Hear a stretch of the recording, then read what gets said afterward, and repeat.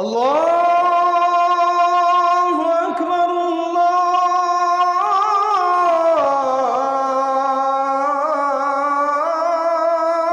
আকবার। রাসূল করিম সাল্লাল্লাহু আলাইহি সাল্লামের জন্মদিন পালন করা সুস্পষ্ট বিদআত। কারণ নবী করিম সাল্লাল্লাহু আলাইহি ওয়াসাল্লাম তিনি কখনো তার প্রতি বছরে জন্মের যে তারিখটা ছিল সে তারিখটাকে কোনোভাবে উদযাপন করেননি, করতে বলেননি। কোনো সাহাবায়ে কেরাম, খোলাফায়ে রাশিদিন কারো থেকে বিষয়ে কোনো জাল হাদিসও পাওয়া যায় না। অতএব এরকম একটা বিষয়ে একজন মুসলমান যদি নিজের করণীয় মনে করে এরকম বিষয়কে, তাহলে সেক্ষেত্রে সেটি বিদআত হবে, পরিষ্কার বিদআত হবে, তাতে কোনো সন্দেহ নেই। ১২ই রবিউল আউয়াল উপলক্ষে বিশেষ কোনো করণীয় নেই, তবে বর্জনীয় আছে। সেটি হলো ১২ই রবিউল আউয়াল কেন্দ্রিক যে সমস্ত বিদআত হয়ে থাকে, জশ্নে জুলুস, ঈদে মিলাদুন্নবী বা অন্যান্য যে সমস্ত আনুষ্ঠানিকতা হয়ে থাকে, নবী জন্মের আনন্দের নামে যে আনুষ্ঠানিকতা হয়ে থাকে, সেটি নবী সাল্লাল্লাহু আলাইহি ওয়াসাল্লামের আদর্শের পরিপন্থী। নবী করিম সাল্লাল্লাহু আলাইহি ওয়াসাল্লাম আমাদেরকে বলেছেন যে, খালিফুল ইয়াহুদা ওয়ান নাসারা, ইহুদি খ্রিস্টানরা যা করে তোমরা তাদের সাথে সবসময় ভিন্নতর কিছু করবে। অর্থাৎ ধর্মীয় বিষয় বিশেষ করে তারা যদি কোনো আদর্শ কৃষ্টি কালচারকে ডেভেলপ করে, তোমরা সেই পথে হাঁটবে না। আজকে খ্রিস্টানরা তাদের নবীর জন্মদিবস পালন করছে। একটা সময় খ্রিস্টান ধর্মেও এটা নিষিদ্ধ ছিল, বাট তারা কালের আবর্তনে দেখা গেছে যে তারা পেগানদের বা প্রকৃতি পূজারীদের, অগ্নি পূজকদের কাছ থেকে এই জিনিসটা ধার করে নিয়েছে এবং আমরা তাদের থেকে ধার করে নিচ্ছি। আমাদের স্বকীয়তা, আমাদের যে বৈশিষ্ট্য, আমাদের যে শ্রেষ্ঠত্ব, আমাদের নবীর যে আদর্শ, সেখান থেকে আমরা বিচ্যুত হয়ে যাচ্ছি। একজন মুসলিম গড্ডালিকায় বা স্রোতে তিনি গা ভাসাবেন না, তিনি কোরআন ও সুন্নাহর প্রতি অনুসরণ করে চলবেন। অতএব আমাদেরকে নবী সাল্লাল্লাহু আলাইহি ওয়াসাল্লামের জন্মদিবস কেন্দ্রিক কোনো আনুষ্ঠানিকতায় আমাদের অংশগ্রহণ করা জায়েজ নয়। তাছাড়া ১২ই রবিউল আউয়াল এই দিনটিতে নবী সাল্লাল্লাহু আলাইহি ওয়াসাল্লামের জন্ম হয়েছে কিনা সেটা নিয়ে ইতিহাসবিদদের মধ্যে নানাবিধ মত আছে। নবী সাল্লাল্লাহু আলাইহি ওয়াসাল্লামের রবিউল আউয়ালে মৃত্যু হয়েছে এবং এই তারিখে মৃত্যু হওয়ার কথাও অনেক ইতিহাসবিদরা বলেছেন, যদিও এই বিষয়টা নিয়েও নানা মতভেদ আছে। তাদের কাছে, সাহাবীদের কাছে আসলে এই দিবসগুলোর উদযাপন খুব একটা গুরুত্বপূর্ণ বিষয় ছিল না বলেই এই তারিখ সংরক্ষণ করার পরে তাদের এত বেশি গুরুত্ব আরোপ তারা করতেন না। আজকাল আমাদের দিবস কেন্দ্রিক যে পৃথিবী তৈরি হয়েছে, সেখানে আমাদের কাছে দিবস অনেক গুরুত্বপূর্ণ, সেজন্য আমরা দিবসগুলোকে ওইভাবে সংরক্ষণ করি। যাই হোক, তো ১২ই রবিউল আউয়ালকে কেন্দ্র করে যে সমস্ত আনুষ্ঠানিকতা হয়ে থাকে আমাদের সমাজে, এগুলো বেদাতে পরিগণিত হওয়ার মতো বিষয়। আমাদের যে সমস্ত ভাইরা এগুলো করছেন, তারা নবী সাল্লাল্লাহু আলাইহি ওয়াসাল্লামের প্রতি ভালোবাসা থেকেই করছেন। তাদের ভালোবাসার জায়গাটাকে শ্রদ্ধা তো অবশ্যই করি, কিন্তু ভালোবাসা প্রকাশের পদ্ধতি এবং বেদাতের প্রতি ঝুঁকে যাওয়া, এই জায়গা থেকে তাদের সরে আসা উচিত। আল্লাহর খাতিরে, আল্লাহর জন্য, আল্লাহকে সন্তুষ্ট করবার জন্য আমরা তাদেরকে বিনীতভাবে আহ্বান করব। আমার কিছু সুন্নি আত্মীয় রাসূল করিম সাল্লাল্লাহু আলাইহি ওয়াসাল্লামের জন্মদিন পালনের পক্ষে যুক্তি দেন যে, খ্রিস্টানরা ঈসা আলাইহিস সালামের জন্মদিন পালন করতে পারলে আমরা কেন আমাদের নবীজির জন্মদিন পালন করতে পারবো না? ঈসা আলাইহিস সালামের প্রতি খ্রিস্টানদের ভালোবাসার চেয়ে নবীজির প্রতি আমাদের ভালোবাসা তো কম নয়। তাদের এই যুক্তি কিভাবে খণ্ডন করতে পারি? দেখুন, নবী করিম সাল্লাল্লাহু আলাইহি ওয়াসাল্লামকে আমাদের ভালোবাসতে হবে, সেটা নিয়ে তো কোনো ডিবেট নেই। এবং ঈসা আলাইহিস সালামকে খ্রিস্টানরা যতটুকু ভালোবাসে, গোটা পৃথিবীতে মুসলমানরা মুহাম্মদ সাল্লাল্লাহু আলাইহি ওয়াসাল্লামকে তার চেয়ে অনেক বেশি ভালোবাসেন, সেটি কিন্তু বলার অপেক্ষা রাখে না। কিন্তু ভালোবাসা প্রকাশের ধরন কি হবে? খ্রিস্টানরা ঈসা আলাইহিস সালামের প্রতি ভালোবাসা প্রকাশের যে ধরন বা ক্রাইটেরিয়া তারা ঠিক করেছে, ঠিক সেটাকে অনুসরণ করে আমাদেরকে যদি ভালোবাসতে হয়, তাহলে সেটা খ্রিস্টানদের অনুসরণই হলো। আমার ভালোবাসা প্রকাশের ধাঁচ, ধরন কি হবে, পদ্ধতি কি হবে, প্রকাশ কিভাবে হবে, সেটা নবী সাল্লাল্লাহু আলাইহি ওয়াসাল্লাম শিখিয়ে গেছেন, সাহাবায়ে কেরাম শিখিয়েছেন, যারা রাসূল সাল্লাল্লাহু আলাইহি ওয়াসাল্লামকে সবচেয়ে বেশি ভালোবাসা দিয়েছেন। অতএব নবী সাল্লাল্লাহু আলাইহি ওয়াসাল্লামের ভালোবাসার টানেই আমরা খ্রিস্টানদের অনুকরণ করা থেকে বিরত থাকতে হবে।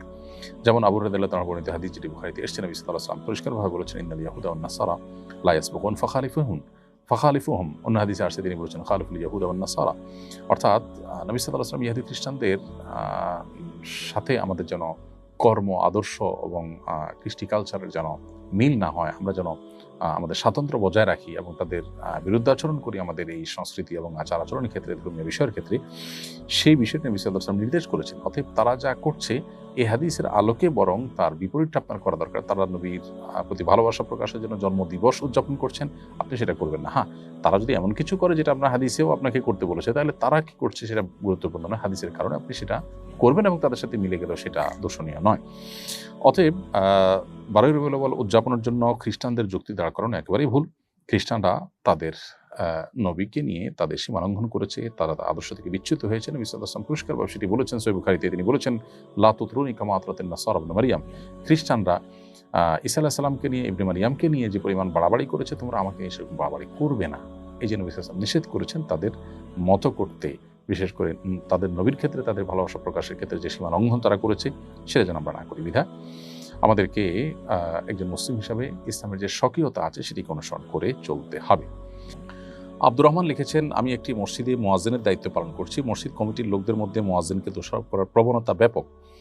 নানা বিষয়ে তারা অহেতুক দোষারোপ করে থাকে। মুয়াজ্জিনের দায়িত্ব ছেড়ে দেওয়ার কথা ভাবছি, আপনার পরামর্শ কামনা করছি। ভাই আব্দুর রহমান, মুয়াজ্জিনকে আল্লাহ রাব্বুল আলামিন যে মর্যাদা দেবেন বলে বিভিন্ন হাদিসে বর্ণিত হয়েছে, কিয়ামতের ময়দানে তাদের মাথা থাকবে সবার উচ্চে, তাদের ঘাড় থাকবে সবার চাইতে উপরে উঁচু, এবং এগুলো দেখে তাদের এই দৃশ্য দেখে যে কোনো মানুষ অনুমান করতে পারবে, ধারণা করতে পারবে যে তারা পৃথিবীতে মুয়াজ্জিনের দায়িত্ব আঞ্জাম দিয়েছেন। এছাড়াও মুয়াজ্জিনদেরকে আরও বিভিন্নভাবে সম্মানিত করবার কথা হাদিসে বর্ণিত হয়েছে। আল্লাহর সন্তুষ্টির উদ্দেশ্যে যদি কেউ মুয়াজ্জিনি করেন তাহলে সেক্ষেত্রে যে পরিমাণ সওয়াব এবং বিনিময় এবং সম্মান আল্লাহর তরফ থেকে পাওয়া যাবে, সেই আশায় একজন ঈমানদার হিসাবে নির্বিচ্ছিন্নভাবে ধৈর্যের সাথে কাজটি করে যাওয়ার জন্য আপনাকে আমরা বিনীতভাবে আহ্বান করব। আমরা পরামর্শ দিব মানুষের কটু কথাকে ইগনোর করার। এটা হয়তো আল্লাহর তরফ থেকে আপনার জন্য পরীক্ষা। আপনি জান্নাতের পথকে সুগম করে ফেলছেন, শয়তান হয়তো সেটিকে সহ্য করতে পারছে না, সেজন্য নানাভাবে আপনাকে উত্ত্যক্ত করছে, বিরক্ত করছে অন্য মানুষদেরকে দিয়ে। এই পরীক্ষা আপনাকে টিকতে হবে এবং জয়ী হতে হবে ইনশাআল্লাহ বিইذনিল্লাহ। আপনি আল্লাহর কাছে আজর পাবেন। কে কি বলেছে সেটা চাইতে বড় কথা এবং গুরুত্বপূর্ণ কথা হলো আপনি আপনার জায়গা থেকে কতটা আপনার এই ভালো কাজটাকে ধরে রাখতে পারছেন। মসজিদ কমিটির লোকেরা মুয়াজ্জিনদেরকে নিয়ে নানা কটু কথা বলা, তাদেরকে চাকরসুলভ আচরণ করা এবং 10 জন দর্শকের কথা বলা এবং অনবরত চাপ দিতে থাকা, এই বিষয়গুলো আমাদের সমাজে কমন একটা চিত্রে পরিণত হয়েছে, যেটা দুর্ভাগ্যজনক। মসজিদ কমিটির ভাইরা যারা দায়িত্বশীল আছেন তাদেরকে আমরা বলবো আল্লাহকে ভয় করুন এবং মসজিদের স্টাফদেরকে নিজের ব্যক্তিগত কর্মচারী মনে করবেন না। তারা আল্লাহর ঘরের খাদেম, আল্লাহর ঘরে তারা কাজ করছে। আপনারা মসজিদ থেকে যে টাকা পয়সা তাদেরকে দিচ্ছেন বেতন হিসাবে, ভাতা হিসাবে, সেগুলো সবগুলো আল্লাহর প্রতিনিধি হয়ে আল্লাহর জন্য, আল্লাহর উদ্দেশ্যে মানুষ যে টাকা দেয় সে টাকার রক্ষণাবেক্ষণ আপনি করছেন। এটা আপনার ব্যক্তিগত টাকা না, আপনি নিজেও যদি দেন তো আপনি আল্লাহকে দিচ্ছেন, এরপরে আল্লাহর তরফ থেকে আপনি রক্ষণাবেক্ষণ করছেন। বিধায় আচার আচরণগত দিকটা এখানে খুবই গুরুত্বপূর্ণ। মুয়াজ্জিনদের কোনোভাবে যেন মনে আঘাত না হয় সেদিকটা আমাদের খেয়াল রাখতে হবে। রেমি আক্তার পাখি আপনি লিখেছেন, অনেক সময় মা রাগের মাথায় সন্তানদের অভিশাপ দেন, পরবর্তীতে উপলব্ধি করেন এভাবে অভিশাপ দেওয়া উচিত হয়নি, অনুচিত, কিন্তু মা রাগের মাথায় অভিশাপ দিয়েছেন। আল্লাহ কি মায়ের এরকম অভিশাপ কবুল করবেন? উত্তর হলো যে অভিশাপ মানে হলো বদদোয়া, মানুষের অকল্যাণ চাওয়া। মৌলিকভাবে এটা ভালো জিনিস না। নবী করিম সাল্লাল্লাহু আলাইহি সাল্লাম এক হাদিসে তিনি বলেছেন যে তিনি লাআন এবং তাআন হিসাবে পৃথিবীতে আসেননি বা প্রেরিত হন।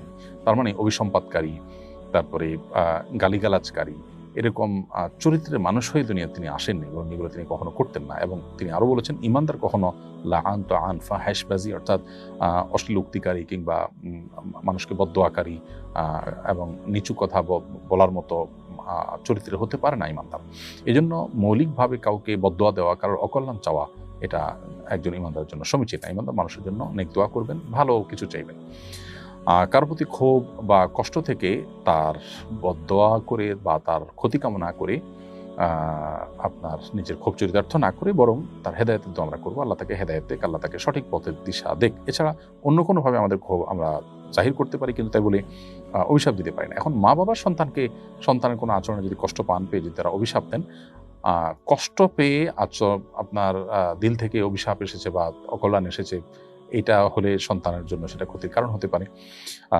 আর যদি মন থেকে অভিশাপ নাও আসে, মা বাবা যদি কষ্ট পান, জাস্ট তাদের কষ্ট পাওয়াটাই কিন্তু সন্তানের ধ্বংসের কারণ হতে পারে এবং আল্লাহর কাছে বিচারের মুখোমুখি হতে পারে। কিন্তু যদি কোনো যৌক্তিক কারণ ছাড়া অহেতুক দেখা যাচ্ছে কেউ মিথ্যা কিছু বলে তাদেরকে ক্ষুব্ধ করেছে এবং তারা সেজন্য সন্তানকে অভিশাপ দিচ্ছেন, তো এই অভিশাপে সন্তানের কোনো ক্ষতি হবে না। কারণ আল্লাহ তাআলা কোরআন কারীমে বলেছেন, লাউ ইয়াজ্জালুল্লাহু শাররা ইসতা'জালাহুম বিল খাইরি লাকুদিয়া ইলাইহিম আজালুহুম। মানুষের ভালো দিতে আল্লাহ যত দ্রুততার সাথে দেন, ভালো কিছু দান করতে মানুষকে, বিপদ আপদ বা মানুষের ক্ষয়ক্ষতি এগুলো দানের ক্ষেত্রে যদি আল্লাহ এরকম তাড়াহুড়ো করতেন বা এরকম দ্রুততার সাথে দিতেন, তাহলে মানুষ শেষ হয়ে যেত, কেউ টিকতো না।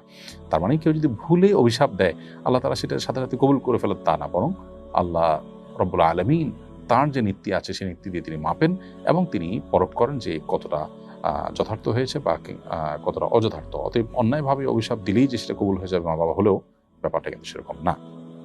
তারপর সন্তান হিসাবে মা বাবার অভিশাপেরও যৌক্তিক অযৌক্তিক অভিশাপের কারণ থেকে বা পথ থেকে আমাদের নিজেদেরকে দূরে রাখার চেষ্টা করতে হবে।